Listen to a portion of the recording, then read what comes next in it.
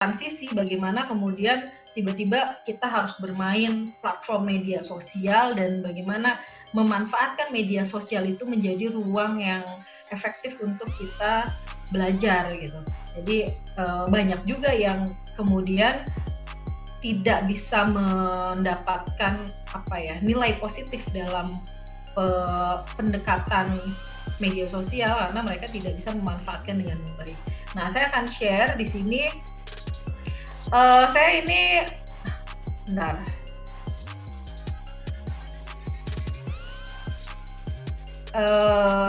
Oke, saya ambil data dari Kominfo ya. Bagaimana misalnya ruang digital teknologi di Indonesia. Coba kita bisa lihat bagaimana total pengguna internet di Indonesia. Situ sampai berapa itu?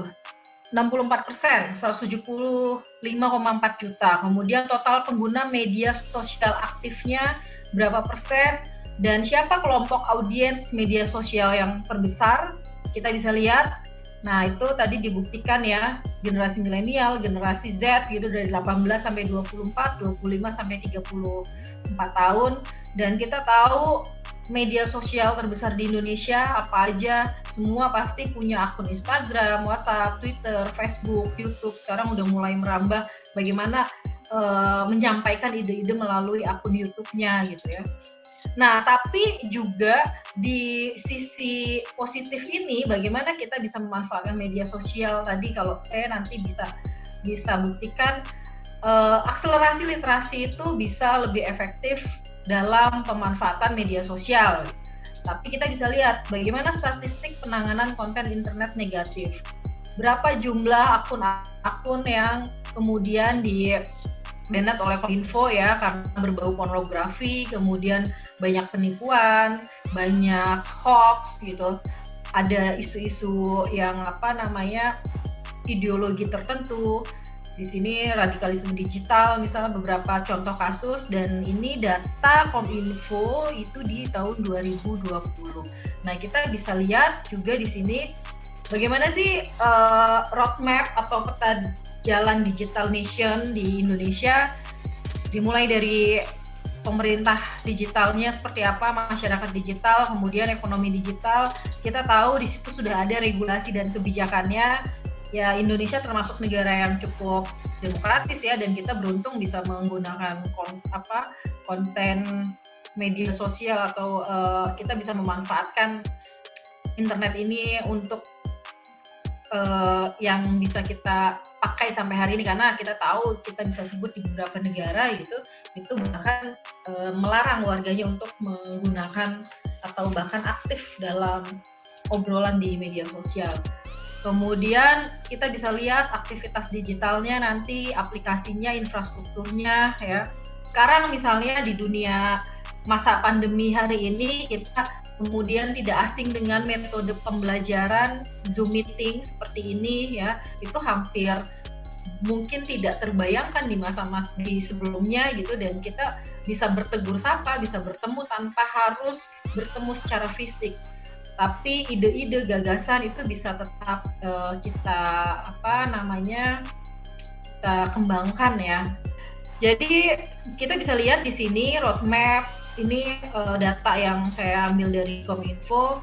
Bagaimana sebenarnya infrastruktur ini sudah ada, sudah dibangun, bahkan kita bisa tahu ya banyak program-program dari Kominfo bekerja sama dengan Kemendikbud untuk kemudian melakukan akses internet gratis di ruang-ruang publik yang bisa kita manfaatkan. Atau bahkan sekarang kalau saya di kampus itu ada program pembagian kuota pendidikan.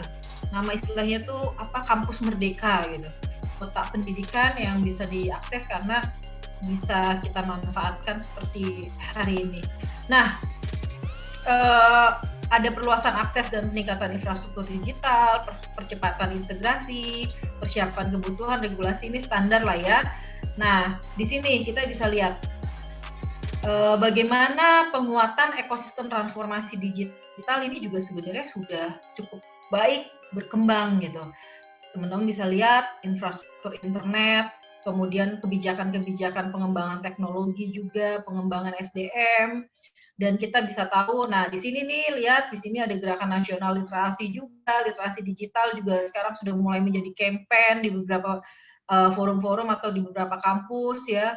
Kemudian bagaimana legislasinya, RUU Perlindungan Data Pribadi ini nanti berkaitan dengan semakin maraknya orang-orang menggunakan media sosial, artinya semakin meningkatnya ada apa namanya data pribadi yang bocor. Nah, makanya sekarang juga di Komisi 1 DPR RI bersama Kominfo itu sedang membahas mengenai RUU Perlindungan Data Pribadi. Artinya dari beberapa laporan data yang dikumpulkan oleh Kominfo tadi, kita tidak bisa menutup mata akselerasi literasi itu sudah berkembang ya, sudah berjalan, sedang berjalan dengan menerapkan digitalisasi gitu. Teman-teman mungkin bisa tahu sekarang orang mau nulis puisi ya, nanti Mbak Ana misalnya punya puisi itu nggak perlu pusing lagi untuk cari penerbitan atau nyetak buku. Puisinya itu bisa di-share di Instagram, kemudian bahkan bisa dibuat video musiknya dan ada gambarnya gitu, yang bisa jauh lebih menarik. Nah, tadi kalau saya nyambung dengan tema ini, akselerasi dalam literasi ya, yaitu artinya kita ini hari ini kita nggak boleh alergi dengan bahkan dunia sudah begitu cepat, semua sudah ada dalam genggaman tangan, ibaratnya dunia itu sudah ada dalam genggaman tangan di HP teman-teman ya, di HP kalian. Artinya bagaimana kita sebagai generasi muda harus bisa beradaptasi, harus bisa kreatif, inovatif dalam mengikuti perkembangan yang semakin serba cepat ini. Saya kira saya membuka itu dulu, nanti bisa kita ngobrol lebih jauh bagaimana misalnya pengalaman-pengalaman saya dalam mengurus komunitas literasi dari yang kampung baca, kemudian perpustakaan, yang kemudian sekarang mau tidak mau harus perpustakaan secara digital ya. Bagaimana kemudian pengenalan literasi di daerah-daerah. Saya juga di Cirebon, saya ngurus komunitas literasi yang kemudian di sana sederhana misalnya dalam membernya itu ya teman-teman yang bergabung di situ setiap peminjaman buku dia harus menyelesaikan satu esai gitu. Nah, jadi nanti teman-teman misalnya ada 10 member, 10 orang itu membaca buku yang berbeda ya. Dia membaca buku yang berbeda dan artinya satu orang ini akan bisa tahu 10 cerita dalam buku tersebut gitu, dan banyak sekali, artinya sudah semakin banyak sekarang. Kalau teman-teman tahu buku-buku indie juga udah banyak ya, itu membuktikan bahwa semakin banyak generasi muda yang melek literasi, yang mau berkarya, dan mereka tidak lagi berpikir mengirimkan karya itu harus ke penerbit mayor atau misalnya kita sebut seperti Gramedia, KPG, Bentang, Pustaka dan lain-lain, karena banyak sekali penerbit-penerbit buku indie yang bisa menerima naskah kita dan bisa lebih fleksibel gitu. Nah, artinya nanti saya sih berharap di forum ini kita saling tukar gagasan karena saya juga butuh masukan ya dari teman-teman yang lebih muda, yang lebih aktif gitu untuk bagaimana sih pengembangan literasi di daerah, di masing-masing daerah teman-teman. Tadi saya dikenalkan ada yang dari Cianjur, ada yang dari Depok, Garut. Kalau saya sendiri saya dari Cirebon, tapi saya kebetulan bolak-balik di Jakarta. Saya standby di Senayan sebagai staf ahli. Saya juga ngajar juga di kampus. Jadi nanti kita sebenarnya bisa saling bersinergi aja untuk tukar informasi. Mungkin itu dulu Mbak Ana. Nanti kalau misalnya slide yang tadi bisa saya share di sini dan mungkin nanti kalau misalnya ada pertanyaan yang relevan dengan slide yang tadi belum sempat dibahas satu persatu, nanti saya bisa ulang. Pada intinya sih biar kita lebih interaktif aja diskusinya. Iya, ngobrol aja. Terima kasih. Benar-benar. Oke, Kak Nisa, terima kasih. Di pembahasan pertama kita banyak belajar tentang kalau literasi itu adalah rohnya pendidikan gitu. Jadi banyak banget teman-teman yang mungkin Kak Nisa dengar kata literasi, kayaknya baca buku deh. Tapi rupanya akselerasi ini berjalan, kalian nulis status aja nih, itu rupanya termasuk akselerasi literasinya kita gitu ya Kanisa ya. Rupanya dengan mudah sekarang di zaman sekarang ini, gampang banget loh. Misalkan setelah webinar ini kita masukin nih ke sosial media, apa aja yang Kak Nisa sampein, gitu ya Kak Nisa. Itu termasuk salah satu percepatan kita dalam literasi. Rupanya kita secara nggak sadar, rupanya secepat itu ya dunia literasi saat ini gitu. Teman-teman, mungkin udah banyak banget juga nih yang di kolom chat ada yang mau tanya-tanya, silakan langsung bisa langsung tanya. Kebetulan ada juga beberapa komunitas Kak Anissa yang saya temukan salah satu beberapa anggota komunitas yang memfollow Purpusnas, Perpustakaan Nasional. Dan rupanya adalah komunitas-komunitas baca atau pustakawan, ataupun merupakan teman-teman yang ada di taman baca yang memang saya temukan di sosial media gitu.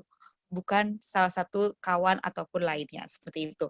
Mungkin ada yang angkat tangan, Mas Rizky? Bagi saya gini, Teh Nisa, mungkin agar bahasan ini bisa lebih tajam begitu ya, saya mau mulai dari frame tentang literasi dan kejujuran, Kak. Tanggapan Kanisa bagaimana tentang literasi dan kejujuran? Poinnya sebenarnya ada di situ. Kanisa yang mungkin bagi saya sudah lama menyelami tentang literasi, tentunya lebih banyak paham daripada saya secara pribadi. Pemikiran Kanisa dan apa sebenarnya upaya yang konkret untuk dapat meningkatkan literasi tersebut. Demikian, Kak. Terima kasih. Ya, terima kasih Mas Rizky. Silakan kepada Kanisa. Literasi dan kejujuran ya. Kalau mau belak-belakan ya, kalau mau bongkar-bongkaran gitu, misalnya saya punya data dari UNESCO yang mengatakan katanya minat baca, minat nulis generasi kita di Indonesia itu sangat rendah. Ini biar saya dikira nggak hoax gitu ya, saya bacakan aja datanya. Misalnya di sini katanya bahkan 130 UNESCO bilang ya, ini di Hari Penghargaan Aksara Internasional, kita punya namanya Hari Aksara Internasional itu untuk memperingati, itu hari penting yang diperingati secara internasional, acara tahunan untuk ya menyelenggarakan Hari Literasi, atau lebih tepatnya kalau dulu kita kenalnya Hari Melek Huruf Sedunia, itu diperingati di setiap tanggal 8 September. Nah, UNESCO kemarin-kemarin itu membongkar gitu ya, jadi membongkar dan katanya kita ini Indonesia nih terbukti dari rankingnya minat bacanya itu Indonesia menduduki peringkat ke-60. Itu artinya sebenarnya Indonesia darurat literasi atau krisis literasi ya. Jadi tapi itu kalau mau kita bongkar dari data misalnya. Tapi saya lebih suka kita berbagi semangat atau berbagi optimisme. Kalau kita percaya dengan data UNESCO yang dibilang katanya Indonesia ini minat literasinya rendah gitu. Kemudian bagaimana misalnya plagiarisme di Indonesia juga sangat tinggi, bahkan bukan hanya di tingkat mahasiswa, bahkan dosen, bahkan kemarin sempat kasus kelas profesor gitu ya melakukan plagiarisme. Kemudian misalnya kita bicara bagaimana jumlah buku yang harus diselesaikan oleh anak lulusan SMA gitu. Dan kita kan sekarang baru-baru ini nih ada namanya duta baca gitu ya, Mbak Nana Najwa Shihab terus sebagai duta literasi misalnya, terus di tiap daerah-daerah juga ada istilahnya itu bunda literasi atau duta literasi lah dan sebagainya. Nah, saya kira itu menjadi upaya-upaya yang bagus untuk meningkatkan literasi kita. Jadi tadi kalau Mas Rizky mau jujur-jujuran nih, mau belak-belakan, sebenarnya tinggal perspektif kitanya mau lihat dari yang sisi negatifnya atau dari sisi positifnya gitu. Sisi negatifnya tadi, UNESCO bilang kita tuh minat bacanya masih rendah, ya bahkan 0,001% kalau dihitung misalnya diambil dari jumlah penduduk dan tadi disebutkan ranking ke-60 di dunia gitu. Nah, tapi kalau dilihat dari sisi positifnya, kita bisa tahu lagi banyak loh buku-buku atau penulis-penulis kita yang karyanya sudah diterjemahkan keluar, kemudian memenangkan beberapa penghargaan. Kita juga tahu ya, beberapa tokoh besar Indonesia itu, Hatta misalnya dengan gagahnya gitu ya, bilang aku rela di penjara asalkan bersama buku. Nah, artinya kalau kita flashback dari beberapa tokoh-tokoh negarawan kita, mereka tuh sangat dekat dengan literasi gitu. Hatta, Syahrir, Soekarno itu adalah orang-orang yang punya budaya baca yang bagus, budaya nulis yang bagus, mereka kritis gitu. Nah, artinya ketika generasi Indonesia sebenarnya dibangun oleh tokoh yang dekat dengan literasi, sebenarnya kita punya wawasan yang bagus ya. Kita punya warisan yang sudah baik gitu, tinggal kita bagaimana cara mengembangkan. Jadi kalau saya sih sarannya untuk Mas Rizky, kejujurannya mari kita lihat dari sisi positifnya aja. Ya tadi misalnya nanti nyambung tuh tadi saya baca ada pertanyaan, kenapa sih minat literasi kita rendah padahal banyak loh yang baca status atau info-info di sosmed itu bukannya termasuk literasi Kak gitu ya. Nah, nanti ini kita bisa bicara lebih jauh nih. Jadi yang literasi itu yang seperti apa, yang literer itu yang seperti apa ya, nulis yang dianggap bermutu, berkualitas itu seperti apa, karena ada yang dianggap misalnya baca berita di sosmed, pada akhirnya kita hanya mengonsumsi ya, kita hanya menjadi sebagai pengonsumsi, tapi kemudian selesai di kita ketika kita tidak mampu untuk membuat sebuah tulisan lagi. Nanti bisa nyambung dengan pertanyaan-pertanyaan lain. Oke, terima kasih Kak Anissa. Tadi juga udah banyak nih yang di kolom chat. Sebenarnya tadi Kak Anissa juga udah sempat bahas, rupanya ada literasi, ada literen, dan lain sebagainya. Begitu ya Kak Anissa. Nah, di sini ada pertanyaan dari Fikri Jamaluddin, Kerawang. Kak, aku mau tanya, kenapa minat baca kita rendah? Padahal netizen Indonesia kan aktif Kak di medsos literasinya. Baca status artis, baca status teman, baca berita di sosmed, baca info sosmed. Jadi apakah literasi itu terpaku hanya membaca buku dalam bentuk hard copy atau baca berita-berita aja Kak? Apakah baca status atau info-info ada di sosmed bukan termasuk literasi? Nah, hal ini juga berkaitan banyak juga Kak Anissa. Terkadang kita baca suatu peraturan dari pemerintah, yang kadang kita suka males baca ini terlalu dalam, karena, wah terlalu banyak Kak kalau kita baca. Silakan baca peraturan pemerintah nomor sekian. Nah, akhirnya ada beberapa akun-akun sosial media yang merangkum dalam satu postingan, yang akhirnya membuat persepsi media atau persepsi publik menjadi berubah. Nah, hal ini berkaitan juga dengan apakah hal ini berkaitan dengan si literasi yang sebenarnya ini tuh rendah loh, An. That's why mereka jadi di sosmed ini nggak bisa konsumsi berita dengan baik. Nah, sepadan dan sejalan dengan pertanyaan dari Mas Fikri tadi di Kerawang. Mangga, Kanisa. Oke, saya kayaknya harus nyiapin kopi dulu nih, udah makin panas. Benar Kak. Iya. Padahal baru jam 8 ya, kita udah panas aja nih. Baru jam 8. Nah, saya sebenarnya pengen kenalan juga nih, nanti teman-teman yang nanya sambil ini dong, sambil bilang dari mana, terus aktivitasnya apa gitu. Jadi siapa tahu nanti kita bisa menyambung silaturahmi ya, selesai dari sini kita saling bertukar akun Instagram gitu. Nah, ini menarik nih. Jadi sebenarnya tadi saya baca ulang deh pertanyaannya tadi, misalnya apakah baca-baca status orang ya, itu mah kepo ya, baca-baca status orang itu salah satu menjadi kegiatan literer atau itu dalam bentuk literasi. Nah, biar kita nggak debat kusir ya, kita nggak ngawur gitu, saya mau ngutip sebenarnya literasi itu punya pakem gitu, bahkan diterjemahkan atau istilahnya itu masuk dalam KBBI. Jadi apa sih sebenarnya literasi dalam Kamus Besar Bahasa Indonesia? Itu diartikan sebagai kemampuan menulis, membaca, kemampuan individu dalam mengolah informasi dan pengetahuan. Nah ini, informasi dan pengetahuan. Kemudian literasi juga nggak bisa disempitkan hanya sebagai membaca atau menulis yang berkaitannya dengan buku. Jadi tadi kalau bilang baca status dan itu di HP ya, bentuknya digital, kita sekarang udah mengenal ada istilah literasi digital. Jadi kalau literasi sekarang perkembangannya dari yang konvensional, dari yang orang sekarang tuh megang HP gitu, dia udah disebut sebagai sedang melakukan kegiatan literer ketika dia misalnya membaca PDF atau e-book ya, membaca buku-buku di handphone gitu. Nah, tapi tadi ternyata ada ada pakem gitu, ada standar tersendiri yang disebut kegiatan literer atau yang literasi itu ada pengetahuan di sana, ada informasi di sana, kemudian ada kecakapan di sana. Kecakapan itu artinya misalnya bagaimana kita mengelola informasi itu menjadi lebih kritis, yang tidak taken for granted, kemudian tidak menelan mentah-mentah ketika menerima baca berita terus kita percaya gitu. Tapi kita melakukan verifikasi lagi, melakukan perbandingan ulang lagi dengan berita-berita yang lainnya yang kemudian sekarang bahkan penyebar hoax itu punya pasal ya, akan terkena denda, bahkan ada hukumannya gitu. Jadi kita harus lebih mawas diri, lebih hati-hati. Nah tadi kalau baca status orang itu udah dianggap baca belum Kak? Bacanya iya, tapi menjadi literernya itu kita pertanyakan lagi.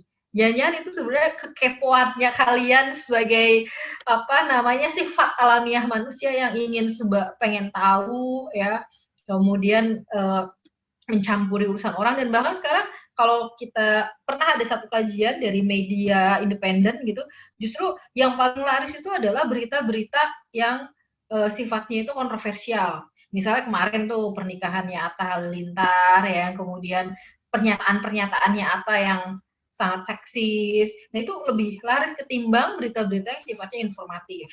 Nah, berita-berita di sini juga tadi Mbak Ana bilang gitu, kita males nih Kak baca berita penuh. Nah akhirnya banyak juga yang baca berita itu cuma judulnya aja, akhirnya disinformasi, akhirnya mereka disinformatif. Jadi judulnya apa, judulnya begini, isinya begitu, ya kan? Dan banyak loh itu dilakukan oleh hari ini juga banyak media-media online yang bertebaran yang mereka menyasar pembaca cepat gitu untuk klik dengan memunculkan judul-judul yang provokatif, judul-judul yang nyeleneh, atau judul-judul yang kadang bahkan judul sama isi itu nggak nyambung. Nah itu juga kan disitulah literernya kita harus sebagai orang yang berpendidikan, sebagai generasi muda yang melek informasi gitu. Jadi literasi adalah kegiatan yang tadi membaca, mendapatkan informasi, pengetahuan. Nah, literer itu adalah menjadi masyarakat yang berpendidikannya itu. Jadi kita harus menjaga ya marwah dari literasi itu. Artinya dari KBBI sudah sangat jelas di sana ada pakemnya gitu. Jadi tadi kalau saya ngomentarin yang baca status orang ya bacanya itu udah disebut sebagai kegiatan membaca, tapi tidak bisa disebut sebagai kegiatan literer gitu. Yang ya mungkin teman-teman akan mendapat informasi, tapi informasi ini apakah akan menjadi hal yang positif untuk kalian atau malah menimbulkan hal yang negatif. Terus pertanyaan yang keduanya tadi nyambung, sebenarnya tadi masih sama ya, baca terus game online nih. Kak Punten mau nanya nih, literasi kan budaya membaca. Nah generasi kita udah masuk digital tapi banyak yang sistem game online. Sebenarnya masalahnya tuh sama gitu ya, cuma beda rupa aja. Jadi mungkin jin sama-sama jin tapi berganti wujud gitu. Kalau dulu kan kita banyak yang budaya nonton ya. Jadi kalau teman-teman para gerakan literasi itu dia kampanye adalah untuk matikan televisimu, matikan TV-mu gitu. Tapi kembali ke budaya baca gitu, kembali ke buku. Dan di sana kita juga mengalami tantangan bagaimana masyarakat lebih suka menonton ketimbang membaca. Ya. Dan kita bisa tahu misalnya karya-karya, teman-teman udah pernah baca novelnya Hamka, Tenggelamnya Kapal Van der Wijk? Itu novel bagus banget, karya Buya Hamka, salah satu buku di buku angkatan Balai Pustaka. Nah mungkin banyak yang baru tahunya setelah novel itu kemudian diangkat film dengan judul yang sama, Tenggelamnya Kapal Van der Wijk. Atau misalnya tiba-tiba generasi saya waktu saya SMA sekitar tahun 2000-an ya, 2003-2004 itu kita mendadak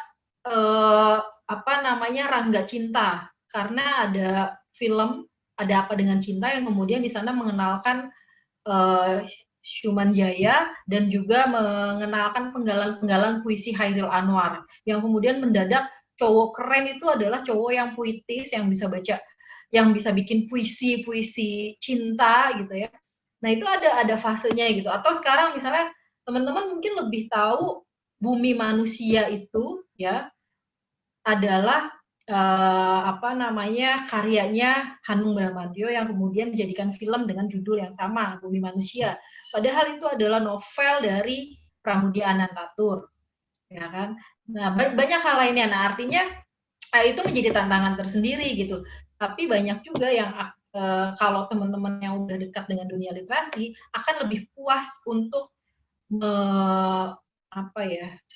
membaca sebuah cerita itu, membaca gitu ketimbang menonton, karena bagaimanapun tontonan itu udah masuk dalam perspektifnya, masuk dari skenarionya si sutradara. Sementara ketika kita membaca, kita punya imajinasi sendiri, kita punya perspektif sendiri, kita punya interpretasi sendiri gitu.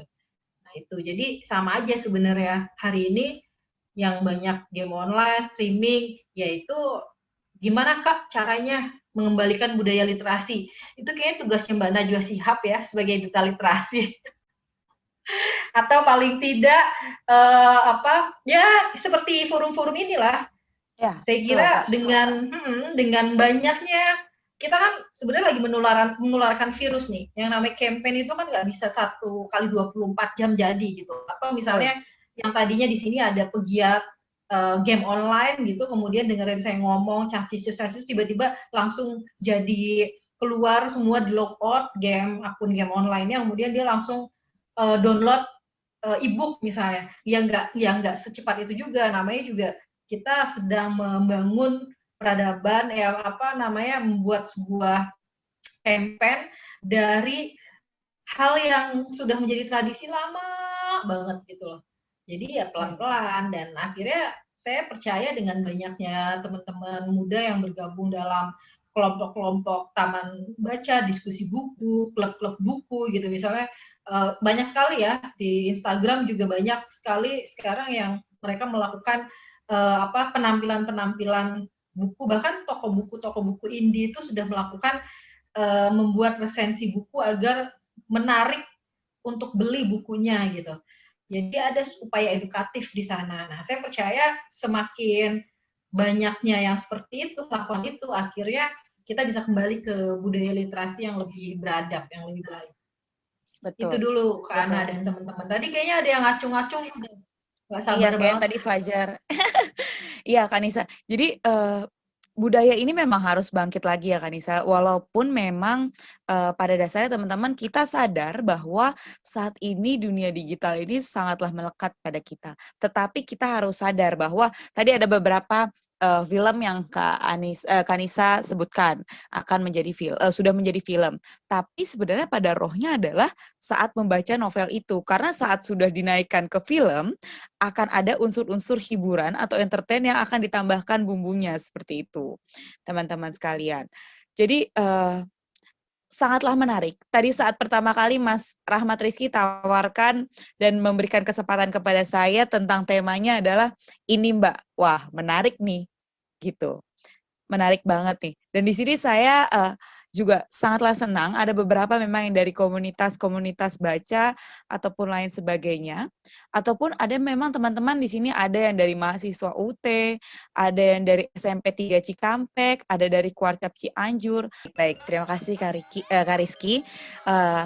Mungkin teman-teman di sini yang ini sangatlah heterogen Mas Raki yang tadi saya bilang. Hanya 41 orang, tapi kita datang dari mana aja. Nah, termasuk kita semua belajar di sini. Dan memperkenalkan diri, perspektifnya seperti apa sih sebenarnya menurut teman-teman sekalian? Apakah kegelisahan kita di sini sama? Bahwa literasi kita memang kurang gitu. Kenapa sih kita lebih sering baca literasi digital dan lain sebagainya? Oke, ada yang nanggepin nih Kang Tony. Sebenarnya literasi tanpa sumber inti atau penerbitnya yang sama, tipisnya dengan plagiasi. Tapi dengan kondisi seperti ini untuk meningkatnya minat baca tidak apalah bagaimana dengan UU IT yang bisa membuat kita harus berhati-hati. Mangga, ada yang mau menanggapi? Kang Tony silakan. Terima kasih Kak Ana. Sebenarnya yang menjadi pemikiran saya itu untuk literasi ini benar-benar suatu hal yang sangat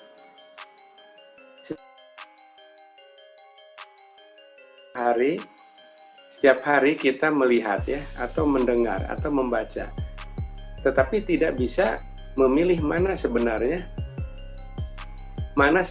literasi yang harus diterapkan dan mana literasi sebetulnya yang tidak boleh disampaikan.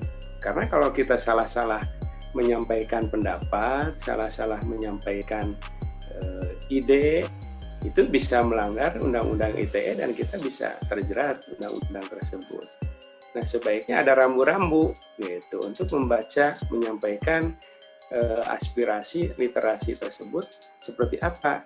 Kalau dulu kan ada Yusbadudu, menyampaikan bahasa yang baik dan benar. Kalau sekarang untuk menyampaikan aspirasi lewat medsos tidak ada peraturannya, harus berbahasa seperti ini, berbahasa seperti itu. Jadi orang ngeblabla apa saja, tidak ada yang melarang. Tahu-tahu nanti kalau salah sedikit sudah ada yang ngejemput seperti itu. Nah, ini penjelasannya supaya kita ini lebih mawas diri, lebih bagus gitu. Kira-kira arahannya itu ada nggak untuk segmen-segmen tertentu? Kan sekarang hampir bebas, blong gitu ya. Semua kalangan, semua umur bisa mengakses apa saja gitu, tanpa ada batasnya. Kira-kira bagaimana untuk memilah-milah literasi yang sesuai dengan batasan-batasan tertentu? Terima kasih Kak Ana. Baik, terima kasih Kang Sony. Gimana caranya kita bisa memilah-milah atau ngefiltrasi ya Kang Sony bahan-bahan literasi yang baik untuk kita dan bisa kita share juga buat orang lain. Saya tampung pertanyaannya, nanti saya akan sampaikan ke Kanisa. Lalu mungkin saya mau colek sebentar nih Kak Feni dari Pustakawan. Bisa berbagikah ke kita apa sih kegiatannya di Pustakawan? Selamat malam, Assalamualaikum.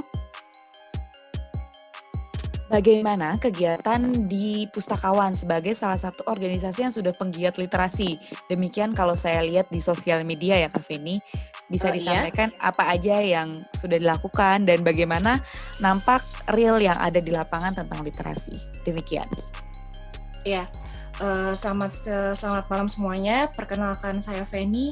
Saya ketua komunitas dari Prodi Ilmu Perpustakaan Universitas Terbuka. Kalau tentang literasi sendiri, untuk pegiat komunitas kita ini, kebanyakan kita lebih sering ini ya, sebenarnya tentang membantu mahasiswa-mahasiswa tentang literasi yang masih minim, misalnya tentang pustakawan gitu. Karena orang-orang atau mahasiswa-mahasiswa yang baru masuk, baru minim tentang perpustakaan. Di pikiran mereka perpustakaan itu hanya untuk menjaga buku atau tentang jagain buku, tentang buku-buku. Padahal literasinya sendiri itu sangat banyak yang bisa diambil gitu. Dan bagaimana? Tentang kalau misalnya kita ini lebih sering mengadakan kayak bekerja sama dengan komunitas lain seperti komunitas yang ada di luar pulau. Kita kadang yang terakhir ini ada yang minta tolong sama kita tentang tolong buku, donasi buku gitu segala macam gitu. Terus ya intinya saya buat komunitas ini itu bagi mahasiswa-mahasiswa yang baru berkecimpung di dunia perpustakaan. Karena satu lagi kalau orang hanya tahu literasi tentang perpustakaan itu hanya tentang buku-buku aja. Padahal itu banyak gitu. Nggak hanya untuk ini ada mengolah buku, ada yang